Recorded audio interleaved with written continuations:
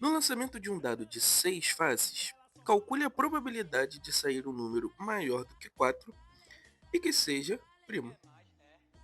Vamos lá. Para a gente calcular a probabilidade, o cálculo de probabilidade é sempre os casos favoráveis.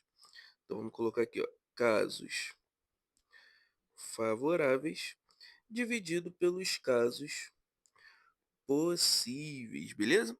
Antes de eu começar a calcular, se inscreva no canal, comenta, deixa seu like. Bora! Nesse caso, quais são os meus casos possíveis? Todos os números do dado. Como são 6 faces, temos 6 números.